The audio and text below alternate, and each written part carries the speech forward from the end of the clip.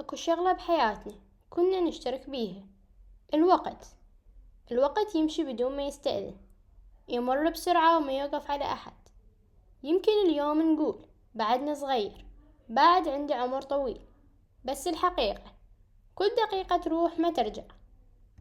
فكر لحظة، شقد أوقات ضاعت منك بالسوشيال ميديا، أو بانتظار شي ما إجي، أو بنوم طويل.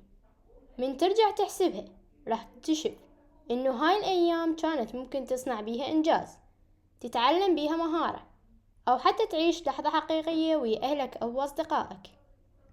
الحياة مو بس أكل ونوم وشغل، الحياة معناها نعيش بوعي، نضحك بصدق ونحب بصدق، ونشتغل على نفسنا حتى من يمر العمر ونلتفت ورا ما نقول يا ريت. اسأل نفسك، شنو آخر مرة سويت شي فرحت قلبي بيه؟ آخر مرة قريت كتاب أو قضيت وقت هادي ويا نفسك، حتى تفكر وين رايح. ترى هاي اللحظات الصغيرة هي اللي ترسم صورتك بالحياة.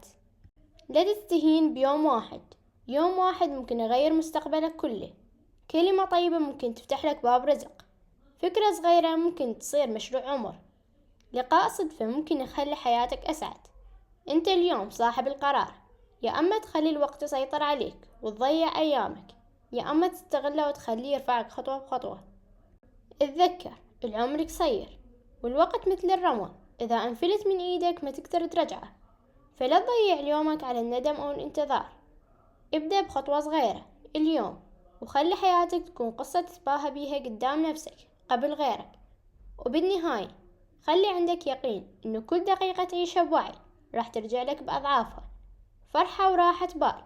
فعيش يومك واستثمر وقتك، وخلي حياتك إلها معنى.